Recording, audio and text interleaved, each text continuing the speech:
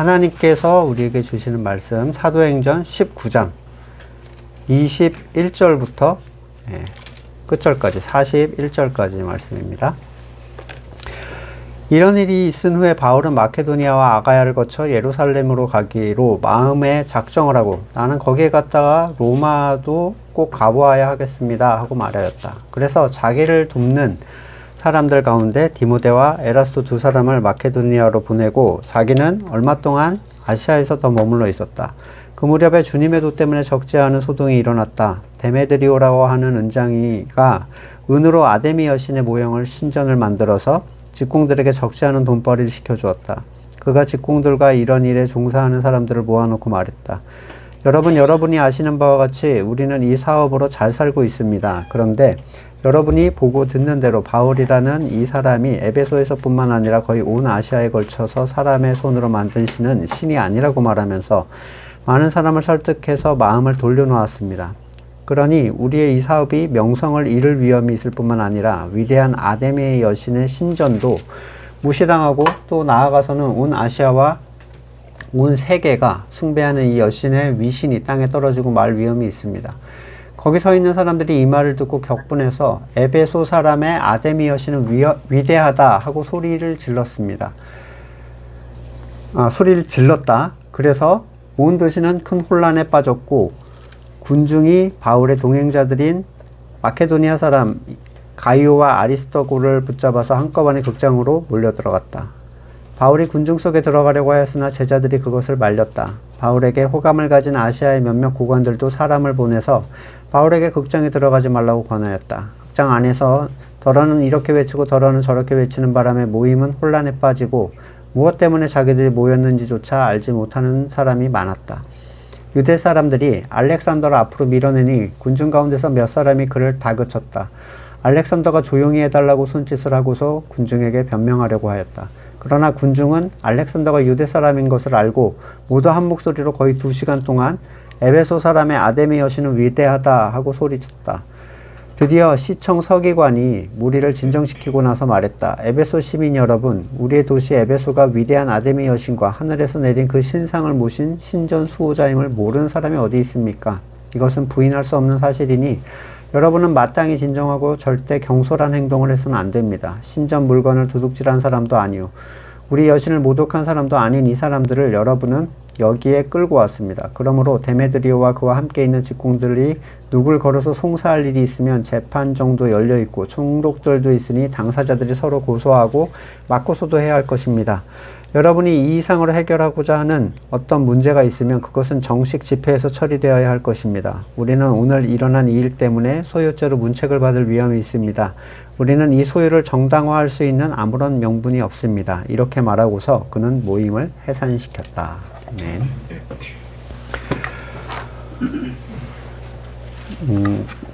내 옛사람의 생명으로 하나님을 위해서 뭔가를 하는 것, 그리고 하나님께서 나에게 무엇을 하게 하시는 일, 이 두 가지는 구별하기도 어렵고 그 일이 굉장히 비슷함에도 불구하고 극단적으로 반대의 동기와 결과를 가져온다는 점에서 매우 중요합니다. 이것을 안다는 것. 외적으로 볼 때는 별 차이가 없을 뿐더러 근원을 살피려고 할 때조차도 구별을 하기가 어려운 게 바로 하나님을 위한 열심이에요.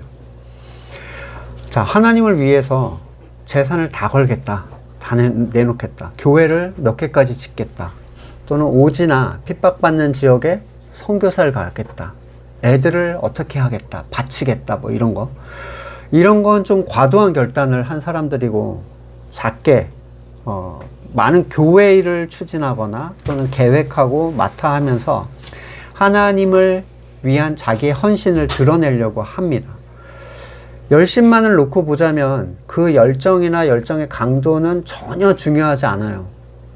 여러 이단을 추종하는 사람들의 모습, 막 목숨을 내놓잖아요. 자식도 내놓고 몸도 바치고 재산도 바치고 모든 걸 다 바칠 열정이 있어요. 열정은 중요하지 않아요. 그 헌신의 대단함이 그 사람의 올바름을 대변해 주지 않습니다. 방향이 틀리면 속도는 의미가 없죠. 오히려 빠를수록 부정적이에요. 바울은 오늘 본문에서 선교에 대한 뜨거운 열정을 드러냅니다. 마케도니아와 아가야를 거쳐서 예루살렘으로 가기로 마음을 작정을 하고 로마도 꼭 가야 되겠다. 그의 열정과 다짐은 옛사람이 갖는 열정과 어떻게 다른가? 이게 궁금한 거잖아요. 우리는 어떻게 이걸 구별해야 되지? 앞에서 바울이 아테네를 돌면서 아테네의 그 문화, 우상의 문화를 봤을 때 마음에 분이 일었다 이렇게 돼 있는데 원문에서는 그의 영이 분노했다 이렇게 써져 있어요. 오늘 본문 21절의 말씀도 한글 성경에는 나오지 않았어요. 근데 이 선교 여행을 작정한 주어가 엔토프뉴마예요. 그러니까 그의 영이 작정했다 이거예요. 왜 이걸 삭제했는지 저는 의역했는지 이해가 안 되는데 그냥 넣어놓기라도 했으면 우리가 더 고민해 볼 바가 있었는데 그냥 사람의 생각처럼 이게 느껴지게끔 번역을 해놨죠. 그 일이 성경에 관한 성도의 일인가를 판단할 수가 없고 그 열정이 나로부터 나온 것인가 또 나와 무관한 것인가도 판단하기가 정말 어려워요. 주님을 위해서 같이 죽겠다던 베드로, 거기에 그 사람은 순수한 마음이었고 거짓말로 절대로 한 얘기가 아니었거든요. 근데 그 열정이 타락한 자기로부터 나온 것이었고 주님께 사탄이라는 무지막지한 꾸지람을 들었습니다. 사람은 자기를 속이는데 아주 능숙한 존재예요. 내가 나를 완벽하게 속여버리면 나는 그게 진실이라고 믿게 되고 그렇게 행하게 되죠. 요한일서 1장 8절 우리가 죄가 없다 말하면 우리는 자기를 속이는 것이요 진리가 우리 속에 없는 것입니다.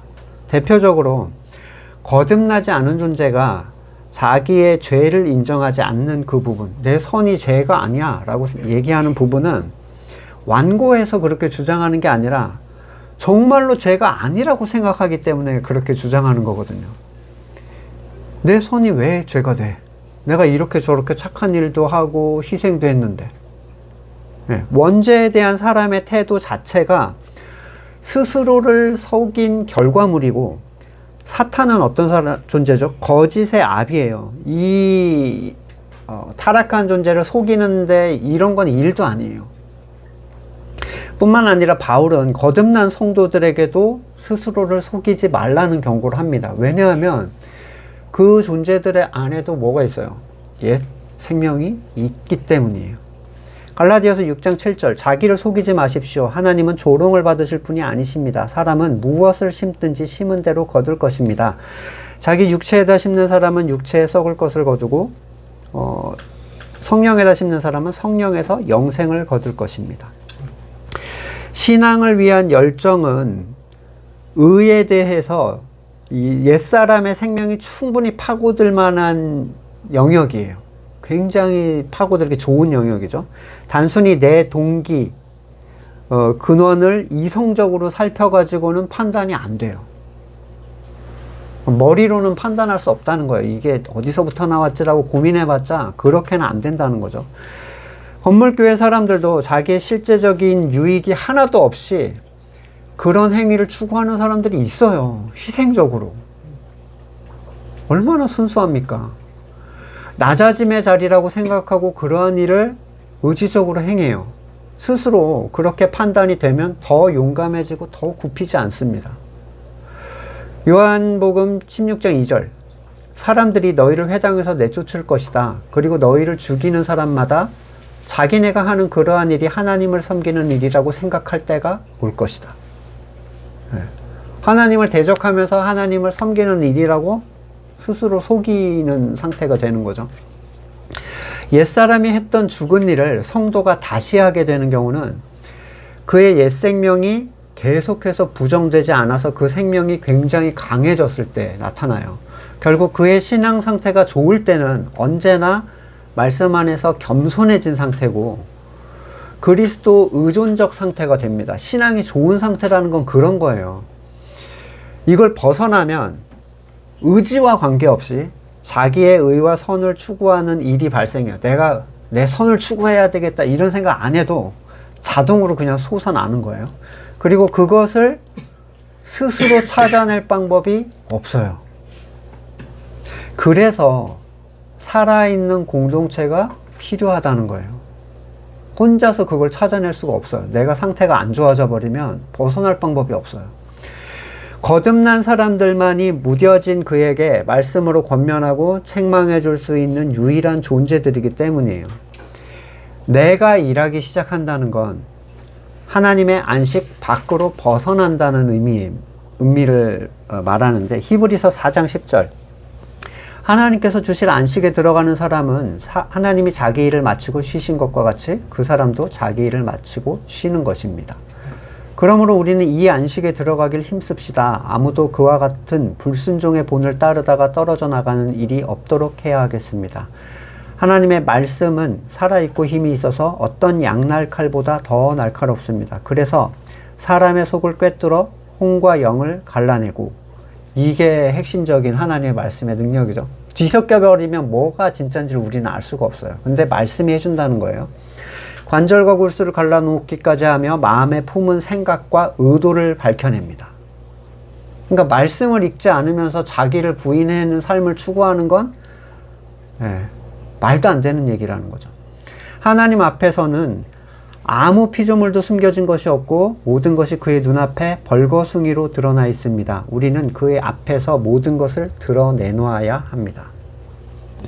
이러한 분별, 이것이 하나님이 행하게 하심으로부터 왔는가 아니면 내 타락한 옛사람의 열정으로부터 나왔는가, 이것은 항상 말씀 안에서 분별해야 되는 일이고, 말씀을 통해서 누리도록 성도들에게 정해놓으신 일이기도 하고, 단순히 내 모습의 특정 항목을 체크해서 뭐 이런 거 있잖아요. 내가 내 영광을 위하고 있는가 뭐 이런 체크, 그런 걸로 구별하기는 정말 어려운 일이에요. 왜냐하면 내가 나를 속여버리면 끝나는 거거든요.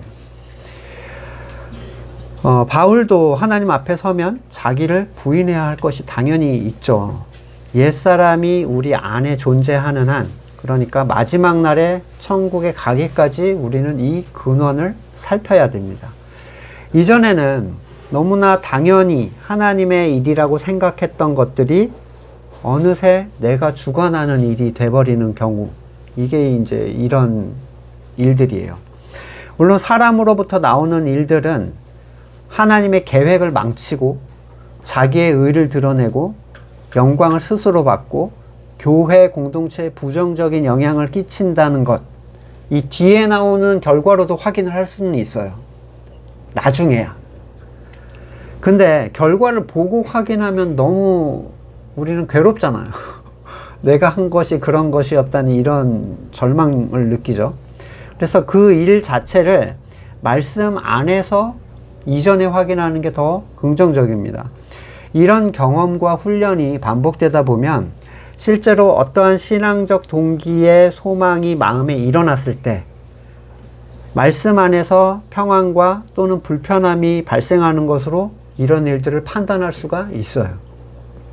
아무리 이게 내가 마음이 순수하다 해도 뭔가 이상하게 불편한 어떠한 일들, 이게 말씀 안에서 해결되기까지 우리는 그걸 판단해야 되는 거죠. 살펴봐야 되는 거예요. 선교에 대한 열정, 봉사, 연보, 희생, 교제, 그 어떤 것도 그냥 떠올랐다는 사실만으로 허용하는 것은 굉장히 무지하고 어리석은 결정입니다. 히브리서 5장 14절, 그러나 단단한 음식물은 장성한 사람들의 것입니다. 그들은 경험으로 선과 악을 분별하는 세련된 지각을 가지고 있는 사람들입니다. 이 지각이 뭐냐면 바로 생각의 근원을 알아낼 수 있는 힘을 가진 사람들이에요. 옛 생명으로부터 흘러나온 것인지 새 생명으로부터 흘러나온 것인지 말씀을 통해서 분별할 수 있는 사람들. 자, 바울이 로마를 가야겠다 이렇게 지금 얘기했는데, 이것은 절대로 주석가들은 보통 이렇게 이제 얘기를 하더라고요. 거기가 세계의 중심지기 때문에 거기를 택했다라든지, 많은 사람이 모여 있다든지, 기득권의 회심을 통해서 전 세계의 기독교에 영향을 끼치려고 한 그런 쪽으로 자꾸 보려고 하는데 절대로 그렇지 않습니다.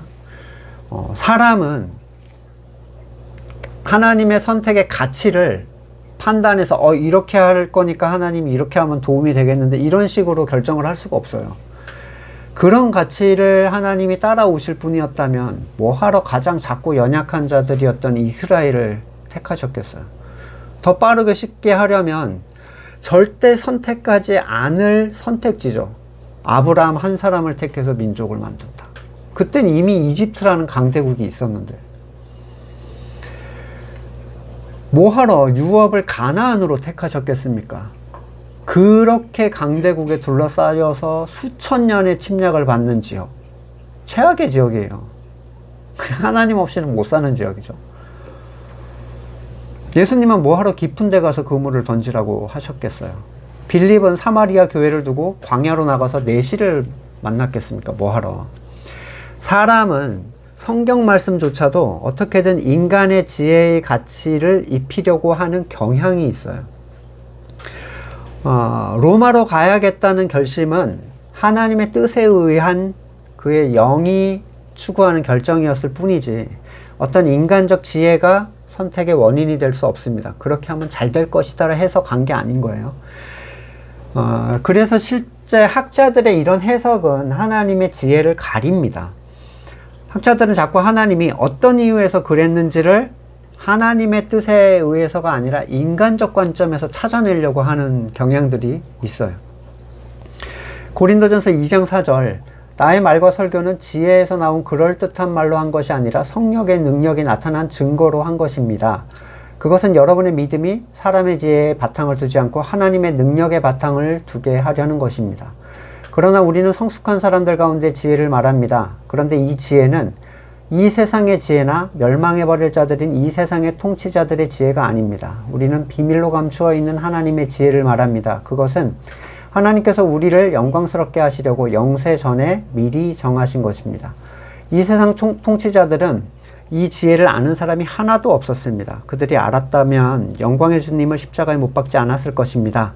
그러나 성경이 기록한 바 눈으로 보지 못하고 귀로 듣지 못하는 것을 사람의 마음에 떠오르지 않는 것들을 하나님께서는 자기를 사랑하는 사람들에게 마련해 주셨다 한 것과 같습니다. 하나님께서는 성령을 통해서 이 일을 우리에게 계시해 주셨습니다. 그러니까 성령 세례를 받지 못하면 이것도 아무런 의미를 드러내지 못해요. 그 사람들한테. 그래서 성령 세례는 필수적인 거죠. 바울은 디모데와 에라스도 두 사람을 마케도니아로 먼저 보냈는데 이유에 대해서는 나오지 않지만 추정하기를 에베소에 일어나고 있는 그 큰 소요, 반감이죠. 복음에 대한 반감을 감지하고 극단적인 어려움을 그들이 먼저 피할 수 있게 뺀 것일 수도 있고, 또는 혹시라도 자기가 큰일을 당해서 마게도니아에 가지 못하면 거기를 맡아달라고 먼저 보낸 것일 수도 있어요. 이 무렵에 이 주님에도 복음에 의해서 소동이 막 일어났는데, 데메드리오라고 하는 은장색은 이 은장색 직공협회의 조합장쯤 되는 사람이었던 것 같아요. 아데미 여신은 로마 대표 도시였던 에베소의 주신으로 24개의 유방을 가진, 그러니까 이따가 뭐 사진 하나 보여드릴 건데, 근데 이제 잘 살펴보니까 유방이 아니라 그 황소의 고환이래요.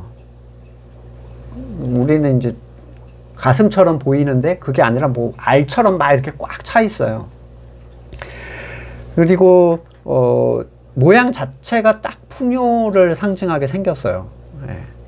모든 풍요의 의미를 다 거기다 다닥다닥 붙여놨는데, 다산과 풍요의 의미를 부여해 놓은 이 신은 창세로부터 지금까지 계속 만들어지고 있었죠. 바알도 그렇고 뭐 아세라도 그렇고 다 다산, 번영, 축복 이런 것들이에요.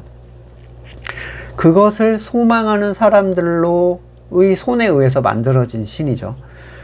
아데미 신전은 주전 6세기에 건축됐고 세계 7대 불가 사이의 하나로 꼽힐 정도로 굉장히 큰 규모를 자랑하고 아름다운 그 신전인데, 5월에 아데미 여신 축제가 있대요. 근데 엄청난 행렬이 있고 24명의 여사제들이 가면 그 뒤를 그 아데미 여신을 위해 거세를 한 남자들이 이렇게 따라간대요.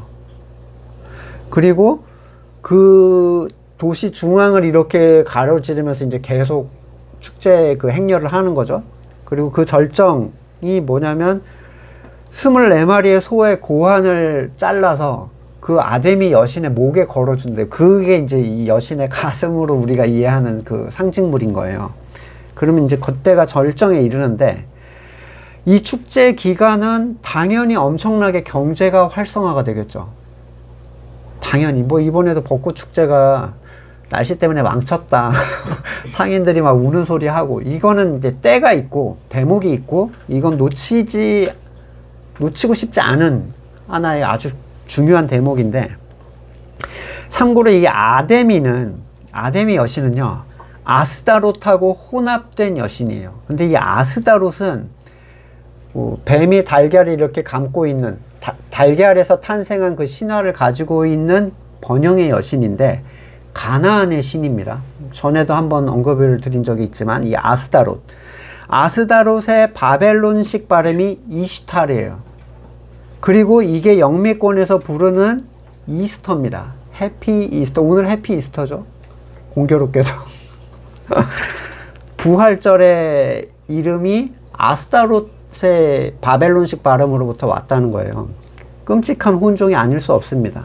부활절 계란 행사는 그 근원을 알면 진짜 어처구니가 없는, 예. 여튼 그건 뭐 오늘 주제는 핵심적인 주제는 아니고, 이 직공들은 아데미 여신이나 신전을 은으로 축소시켜서 만든 소형 아데미 여신 이런 거 해서 각 가정의 풍요와 번영을 추구하는 사람들에게 팔렸습니다. 은 자체도 비싼데 세공한 은이면은 굉장히 비싼 거잖아요. 종교적 상징물. 대부분의 가정이 이 은상을 하나 정도씩은 갖고 있었고, 은장색들이 굉장히 많이 필요했겠죠. 이 큰 도시에 이걸 다 공급하려면 노동조합이 있을 정도로 규모가 상당했어요. 데메드리오는 이 직공들이 이런 일에서 유익을 볼 수 있도록 돈벌이를 시켜줬다라고 얘기하는데, 아마 아데미와 관련된 여러 가지 모형들이나 상품들을 제작해서 거기에 가치를 부여하는 거예요. 예. 거기에 힘썼던 사람의 장인 거죠. 그가 복음에 분노하는 이유를 들어보세요. 25절에 우리는 이 사업으로 잘 살고 있습니다. 은장색 대부분이 굉장히 풍요로운 삶을 살았었다고 합니다. 그들 스스로도 이걸 사업으로 인식하고 있죠. 예. 그것이 종교적 색채로 포장된 사업이었어요. 그 안에는 조합이 있었고 이익이 있었고 독점권이나 무력을 쓸 수 있는 힘까지도 갖췄어요. 종교인데 사람이 관리하고 누리는 가짜 종교의 전형적인 특징입니다. 사람이 그걸 다 주관하고 있는. 가짜 종교는 항상 사람의 조직이 있고 그걸 유지하려는 조합이 있어요. 똘똘 뭉쳐야지 강해지니까. 그리고 그것의 이득을 지키려는 독점권, 경쟁자나 방해자를 제거할 힘을 가지고 있습니다. 그들의 가장 핵심적인 문제는 이득이 줄어들 위기에 처해 있다는 거예요. 데메드리오가 가장 큰 문제를 느낀 부분은 바울의 복음이 사람의 손으로 만드시는 신이 아니다라고 얘기했다는 포인트인 거죠. 자기는 열심히 만들고 있는데 그게 신이 아니라고 해버리는 거예요. 그리고 실제적으로 사람들이 거기에 설득을 당하고 있다는 거. 자, 사람의 손으로 만든 것도 신이다 라고 해서 사람이 영향을 받으면 좋아했겠죠. 그리고 사람의 손으로 만든 것은 신이 아니다 라고 했는데 아무도 영향을 받지 않았다면 신경을 쓰지 않았을 거예요. 근데 27절에 이 사업의 명성을 잃을 위험에 대해서 가장 큰 걱정을 하면서도 이거 하나만으로는 대중의 분노를 끌어올릴 방법이 적절하지가 않은 거예요. 왜? 니네가 돈 못 벌지 우리가 돈 못 버냐? 이렇게 나오면 끝나는 거니까. 그래서 이렇게 섞어서 얘기합니다. 위대한 아데미 여신의 신전이 무시당하고 또 나아가서 온 아시아와 온 세계가 숭배하는 이 여신의 위신이 땅에 떨어지고 말 위험에 처해 있다. 네. 앞에 게 본질이지만 뒤에 걸 막 갖다 붙인 거예요. 이러한 주장에 갑자기 거기 서 있던 사람들이 에베소 사람의 아데미 여신은 위대하다 소리를 치면서 온 도시를 뒤엎고 온 도시가 혼란에 빠집니다. 폭동이 일어난 거예요. 이런 단순한 주장이 왜 온도시에 폭동을 일으키게 정도로 영향을 주었는가? 사실 군중들은 복음에 대한 사실이 자기들에게 영적 유익은 아니어도 금전적인 유익은 오히려 줄 수 있었을 거예요. 쓸데없는 은상은 안 사도 되니까, 최소한. 쓸데없고 무가치한 돈을 쓰지 않게 된다든지, 그 사업이 하향 길로 접어들면 자연히 그러한 일에 돈을 쓸 일이 줄어들 것은 분명한데, 근데 왜 자기네들이 분노를 하는 거죠? 다수의 사람들이 무가치한 곳에 돈을 쓰게 하려면 무가치한 곳에 돈을 쓰게 하기 위해서 거기다가 다른 가치를 입혀야 됩니다. 은장색들은 당연히 자신들의 은세공품에 신앙적 가치를 입혀놨어요. 그걸 안에다 모시면 아데미 여신의 풍요와 번영에 대한 능력이 더 풍성히 거하게 될 것이다 라는 식의 의미를 이제 입혀놓은 거죠. 당연히 사람들은 그걸 믿고 적게는 한 개, 많게는 뭐 가족 수대로 사 모았을 거예요. 그러한 종교적 가치는 경쟁적이고 비교 우위적이잖아요. 저 집에 3개 있어? 그럼 우린 4개 사? 뭐 이런 거잖아요. 네. 여기까지만 말했을 때 여러분들 생각이 많이 뭔가 드실 것 같아요. 번영주의를 추구하는 대다수의 교회도 이와 비슷한 행동을 추구하고 있습니다. 건물교회에 종교의 행위를 가득 채워놓은 사람들, 그것이 자신들이 추구하는 가치를 가져다 줄 것을 기대하고 있죠. 그래서 많은 사람이 모이고 건물이 세워지고 재정이 풍부해지면 이거 주도하는 사람들 얘기하는 거예요. 그럼 당연히 자신들이 많은 영광을 누리겠죠. 목회자들. 이건 그냥 정해진 루틴입니다. 교회에 사람이 많아진다? 그러면 우리는 올라가는 거야. 이런 루틴이에요. 그곳에서는 사람의 일로 하나님이 영광을 받지 않으신다라고 말하는 것은 큰 문제가 없어요. 종종 그런 얘기들을 본인 입으로도 합니다. 그러나 사람들이 실제로 영향을 받기 시작하면 얘기는 달라져요. 하나님은 손으로 사람에게 영광 받지 않으시는 분입니다. 설교해놓고 사람들이 거기에 영향을 받아서 그러면 안 해야 되겠네 라고 하면 갑자기 그 얘기가 아니라요. 얘기가 달라지는 거예요.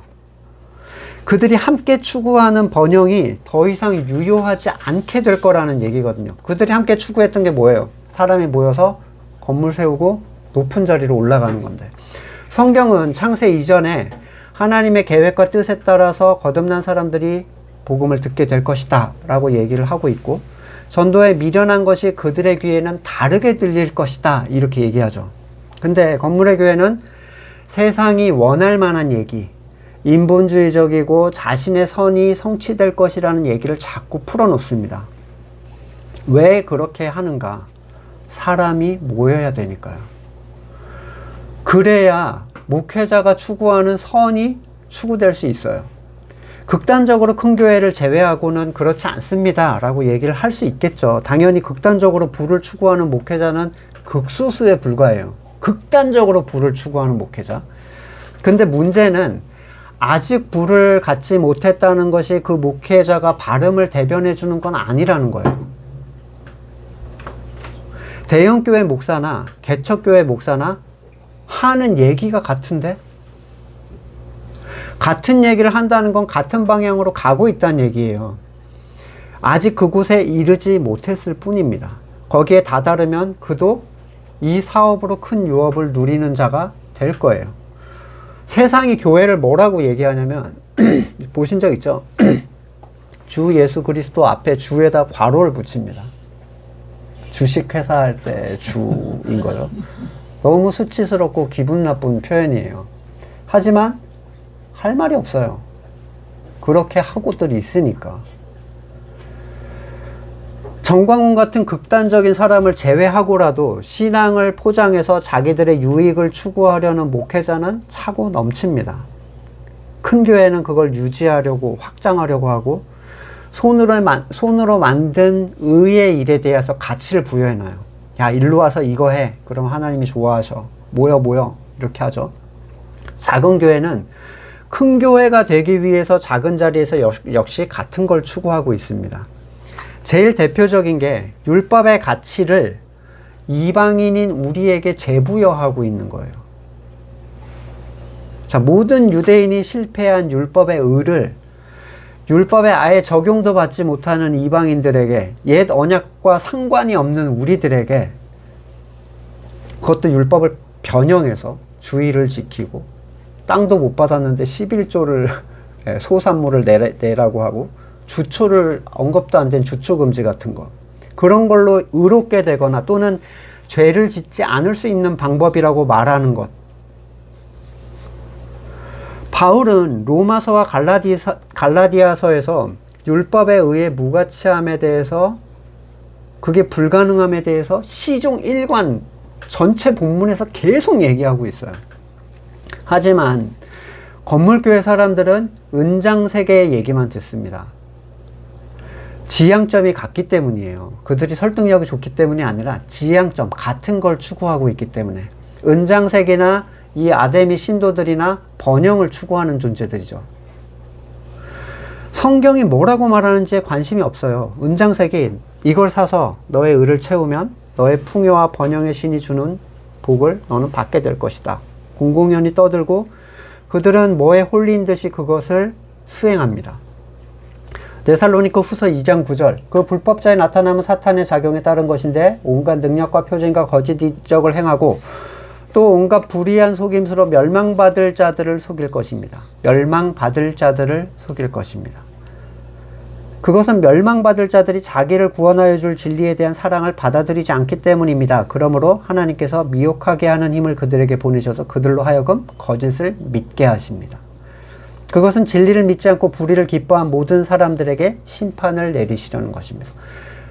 이 얘기는 거짓 선지자, 가짜 복음을 말하는, 다른 복음을 말하는 사람은 하나님의 심판이라는 거예요. 하나님이 심판을 하기 위해 거기 던져놓은 사람이고, 그걸 흡수하는 존재들은 거기를 향해서 막 따라가겠죠. 구약에서도 동일해요. 거짓 선지자만이 문제가 아니라 그거를 달콤하게 생각하는 추종자들의 문제를 얘기합니다. 미가서 2장 10절, 썩 물러가거라. 여기는 너희 안식처가 아니다. 이곳은 더러워졌고 끔찍한 멸망을 당할 수밖에 없다. 거짓말쟁이나 사기꾼이 와서 너희에게 포도주와 독한 술이 철절 넘칠 것이다 하고 예언하면 그 사람이야말로 이 백성의 예언자가 될 것이다. 그걸 좋아하는 거예요. 그런 얘기들. 미가서 3장 5절에 예언자라는 자들이 나의 백성을 속이고 있다. 입에 먹을 것을 물려주면 평화를 외치고 먹을 것을 주지 않으면 전쟁이 온다고 협박한다. 야곱의 집의 지도자들아, 이스라엘의 집의 지도자들아, 곧 정의를 미워하고 올바른 것을 모두 그릇되게 하는 자들아, 나의 말을 들어라.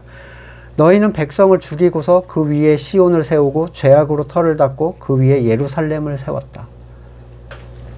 이 도성의 지도자들은 뇌물을 받고야 다스리고, 제사장들은 삭슬 받고야 율법을 가르치며, 예언자들은 돈을 받고서야 계시를 밝힌다. 그러면서도 이런 자들은 하나같이 주님께서 자기들과 함께 계신다고 큰 소리를 친다. 주님께서 우리와 함께 계시니 우리에게 재앙이 닥치지 않는다고 말한다.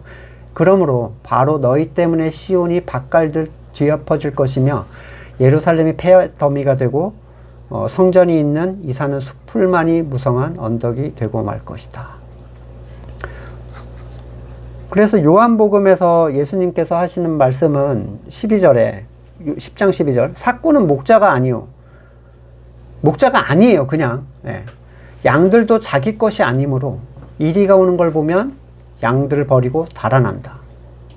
그러면 이리가 양들을 물어가고 양떼를 흩어버린다. 그는 삭꾼이어서 양들을 생각하지 않기 때문이다. 나는 선한 목자다. 나는 내 양들을 알고 내 양들은 나를 안다. 정말 영을 걱정하고 그 사람의 구원을 걱정한다면, 정말 복음을 알고 그 사람이 체험했다면 결코 할 수 없는 얘기들이 건물교회 강단에서 하나로 연합되어서 흘러나와요. 일종의 조합이라고 생각합니다. 조합. 다른 얘기는 해서는 안 돼. 복음이 그들의 사업을 망가뜨리는 것, 이러한 복음의 선포에 자기들의 기득권, 자기들이 누렸던 유익이 줄어들 것에 대한 염려가 가득하지만, 정작 사람들에게는 뭐라고 하냐면 복음 때문에 하나님의 나라가 교회가 위협받고 있다. 교회를 흔들려는 자들이 나타났다. 이렇게 얘기를 해요. 요즘 건물교회는 사역자가, 제가 이제 뭐 담임 이런 지원하는 또래 제 동기들이 다 그런 적인데, 돈을 요구받는 경우가 굉장히 많아요. 지원을 하면 돈을 요구받아. 저 시골 같은 데 가도 5천만 원 이상을 내고 들어가야 되는 거예요. 그리고 어떤 분은 50명도 안 되는데 10억을 내고 들어갔어요. 담임 목사님 빚을 내서 부모님이 집을 담보로 해가지고 10억을 내고 들어갔대요. 그 돈을 빚내서 주고 들어가면 그 목사는 본전 생각을 하겠죠. 이 돈들, 한 명당 이 돈들의 가치가 얼마인지. 그러니까 확장하고 사람을 늘릴 생각밖에 안 해. 그 돈을 뽑아내기 위해서 자기가 가진 모든 방법을 다 사용할 거고, 그 방법에 신앙적 가치를 입힐 것은 보지 않아도 뻔합니다. 왜냐하면 이 신앙적 가치에 거기 입혀지지 않으면 누구도 그렇게 헌신하지 않을 거니까. 본질을 위해서 신앙을 찾은 사람이 아니라면 아데미 여신을 섬기는 것과 아무 차이가 없습니다. 오히려 그들은 하나님의 이름으로 번영과 풍요를 찾고 있어요. 더 망령되죠. 차라리 아데미한테 가서 그러면 그냥 그런갑다 하겠는데, 이런 사람들은 거짓 선지자들이 제시하는 신앙의 방식을 좋아하는데 스스로 자기의 의와 선에 대한 절망을 알지 못하기 때문이고, 이 거짓 선지자들이 제시해주는 번영의 결과물이 굉장히 마음에 들기 때문이기도 해요. 내가 내 선을 이루러 왔는데 뭐 사람의 손으로 섬기는 일은 하나님의 일이 아니야? 사람이 만든 것으로는 하나님을 섬길 수 없다고? 성령 없이는 안 된다고? 세상을 구하지 말라고? 그들은 자신들이 추구하는 그 가치가 무너지는 것에 굉장히 큰 불안함을 느낍니다. 그래서 거짓 선지자들이 하는 말을 주문처럼 그냥 반복을 하는 거예요. 우리를 반대하면 너네는 이단이야. 오히려 핍박을 하면서 자기네들이 하나님의 일을 하고 있다고 생각하죠. 근본주의네 뭐 이런 거 있잖아요. 네. 아데미 여신은 위대하시다 이걸 외치고 있는데, 이 주문은 마치 다른 건 아무 생각도 하지 말고 번영만 생각해 이런 거랑 비슷해요. 네가 원하는 선 있지, 너 번영만 생각해, 다 잊어버려, 이 얘기예요. 그냥 번영의 그 자체예요. 나중에 영상에는 이 아데미 여신 상을 하나 올려드릴 건데, 아데미 여신을 섬기는 주문 같은 기도였대요.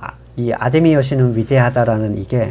그래서 그걸 계속 반복하는 게 기도문이었는데, 지금은 자신들의 단합 그리고 복음을 거부하는 공격적인 구호로 사용을 하고 있습니다.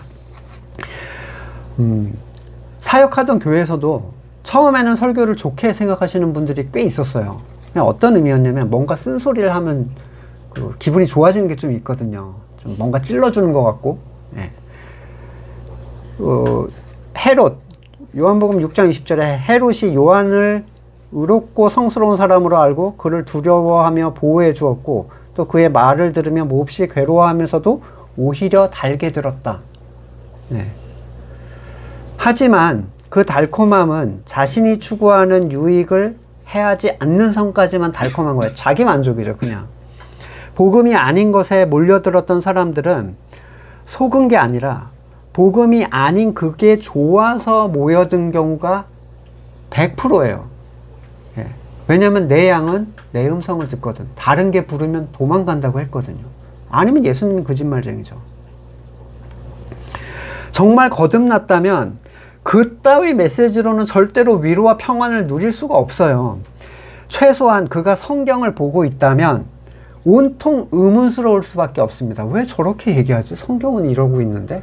미치겠는 거죠. 답답할 수밖에 없어요. 자기의 신앙이 없이 은장색과 그 조합에 의해 만들어진 신앙을 가지고 있는 사람들은 지금도 가득합니다. 그들의 특징은 뭐예요? 성경을 가지고 말하기를 두려워해요. 자기가 아는 몇 구절만 사용하죠.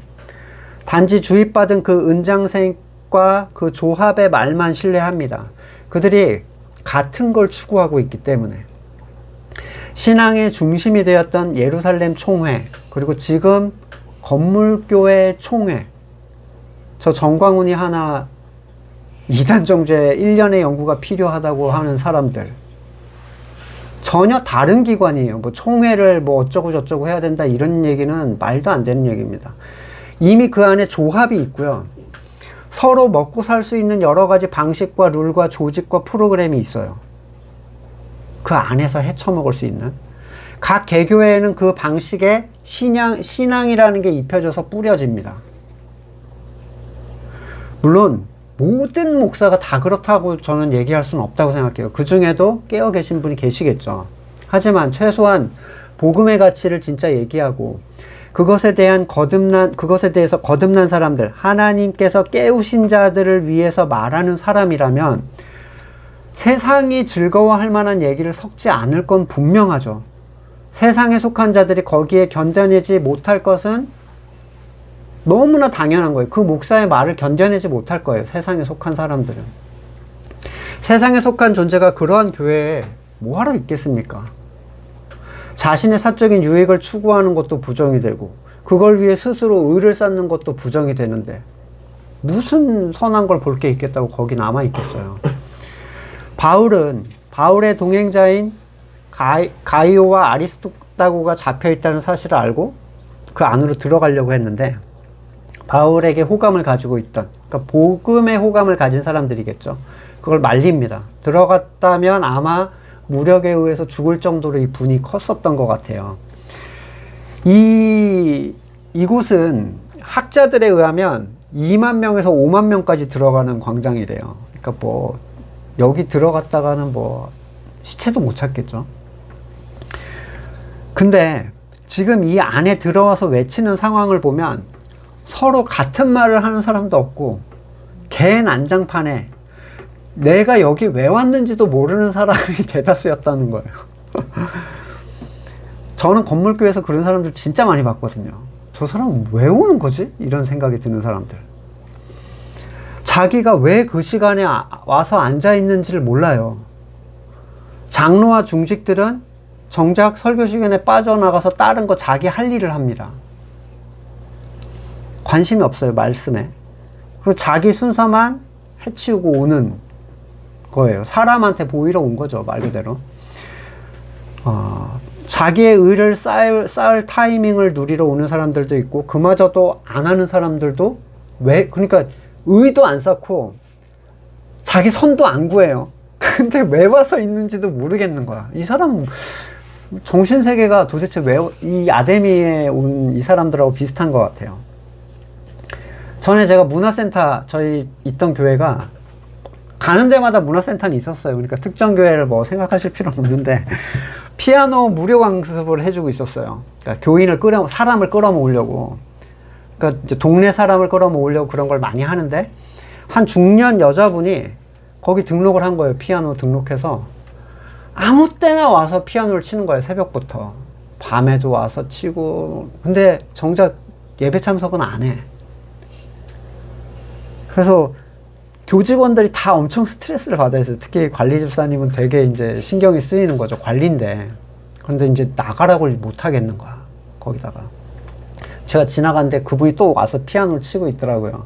그래서 제가 그랬어요. 도대체 왜 오시는 거냐. 예, 예배도 안 오시고 이게 뭐 여기가 피아노 연습실이냐, 신앙이 있으신 거냐, 뭐 이렇게 뭘 믿으시는 거냐 했더니 이제 처음에 좀 당황하다가 이제 발끈하더라고요.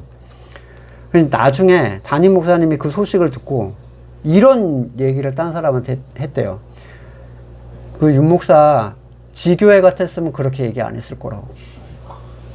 예. 이런 사람이 전형적인 사꾼이죠.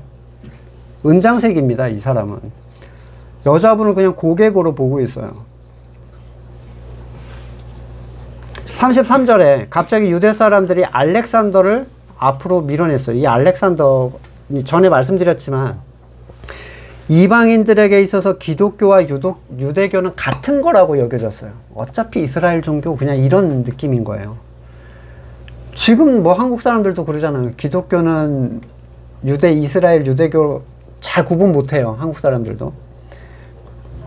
유대인들이 이 소유를 기분 좋게 보고 있었겠죠. 처음에 기독교인들이 아싸 이렇게 내 손을 대지 않아도 되겠네 하고 있었는데 갑자기 불똥이 유대인한테 튀는 거예요. 이 유대인들 다 죽여버리자 막 이런 분위기가 나오는 거죠. 그러니까 조기에 수습을 해보려고, 수습이라고 해봤자 이제 복음은 기독교인들에게만 한정된 거다라는 얘기를 하고 싶었겠죠. 근데 유대교는요, 손으로 만든 신을 섬기는 종교입니까? 유대교도 대놓고 그런 거 섬기지 말라고 써져 있잖아요. 그런데도 유대인들은 기독교의 말에 동의를 하지 않고 선을 그어요. 우리는 쟤네랑 다르다고 하고 싶은 거예요. 그게 그들은 기독교인들이 고통당하고 핍박당하는 것에 대해서 동의하는 사람들이기 때문에. 그런데 여기 나오는 알렉산더는 디모데전서에 나오는 구리세공하는 알렉산더일 것이라고 얘기를 합니다. 디모데 후서에 4장 14절 구리세공 알렉산더가 나에게 해를 많이 입혔습니다. 그 행위대로 갚으실 것입니다. 어쩌면 구리로 아데미 여신을 만들고 있던 사람이었을 수도 있는 것 같아요. 그가 대중 앞에서 말을 잘하는 존재로 아마 이 앞에 이렇게 너가 나가서 얘기 좀 해봐 이렇게 선 것 같은데, 이방인들은 유대인? 너도 같은 놈이야 그러고 바로 반기를 든 거예요. 그리고 무려 2시간을 아데미 여신은 위대하다 외칩니다. 광적인 군중 심리예요. 사람이 많은 곳에 가면 그런 심리를 따라가는 게 이제 심리학적으로 얘기가 되는데,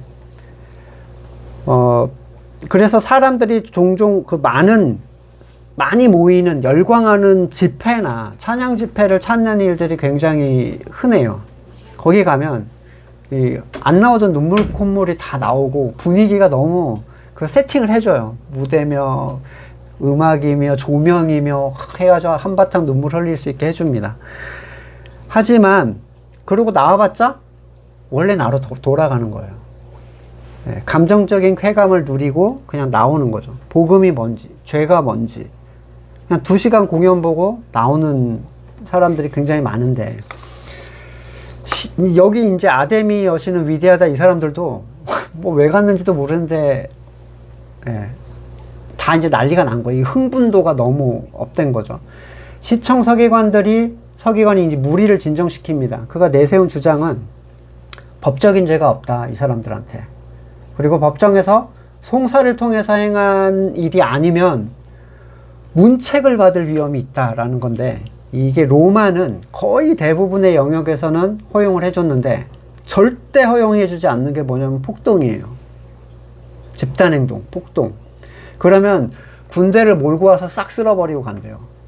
왜냐하면 너무 넓은 지역을 통치해야 되기 때문에 이런 집단행동이 나타나는 거에 대해서 굉장히 민감한 거예요. 그러니까 이 시청 서기관이 보다가 이거 잘못하면 군대가 올 수도 있는데, 왜냐하면 너무 광적으로 흥분하고 있으니까. 그래서 이 명분 없는 소요가 우리한테 위험이 될 수 있으니까 좀 정신들 좀 차려. 그리고 이제 안정을 시킨 거예요. 종교는 신념이죠. 그래서 때로는 군중적인 광기로 번져나가기도 합니다.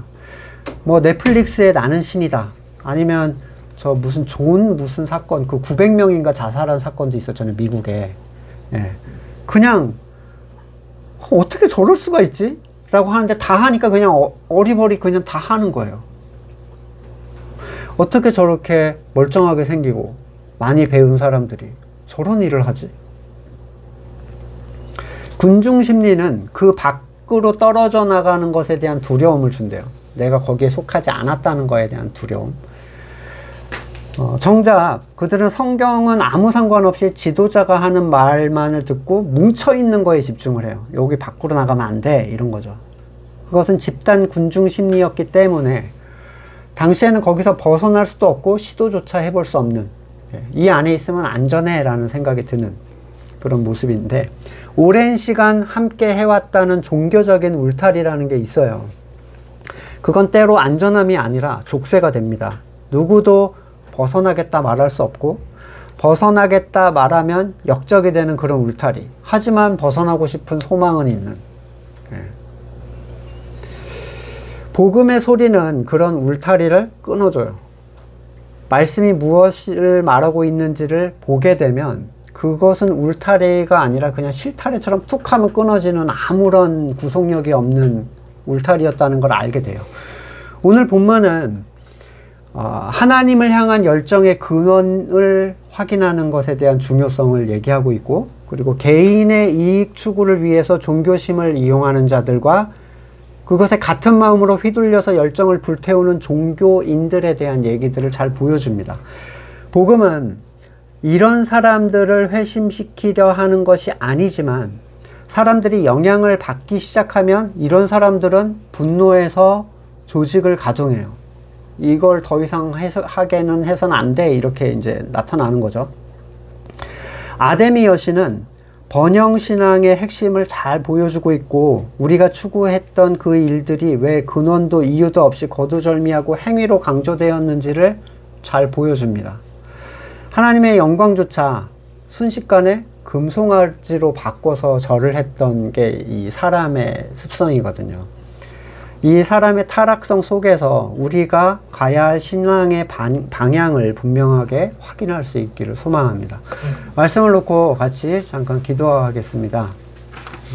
마음의 생각의 근원들, 하나님을 위한 나의 생각들의 진실됨을 말씀 안에서 우리가 확인할 수 있기를, 그리고 이런 번영주의적 신앙과의 충돌에 있어서 우리가 잘 준비된 존재로서 설 수 있기를 위해서 같이 기도하시겠습니다.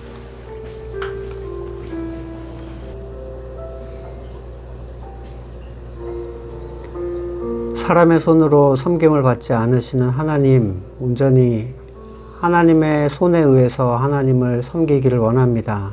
우리의 나약함을 드러내 주시고 교회됨 안에서 예수 그리스도를 통하여 하나님의 능력과 계획 안에 모든 것들을 자연스럽게 열매 맺는 우리가 되기를 원합니다.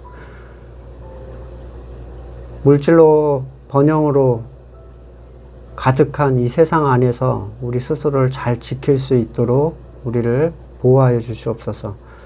지금은 우리 구주 예수 그리스도의 은혜와 하나님의 사랑과 성령의 교제케 하심이 젖된 아이가 부모의 품에 안기어 평안을 누리기를, 그 가치를 소망하는 우리 성도들과 그의 삶 가운데 지금으로부터 영원까지 함께 하시기를 간절히 축원드립니다. 아멘.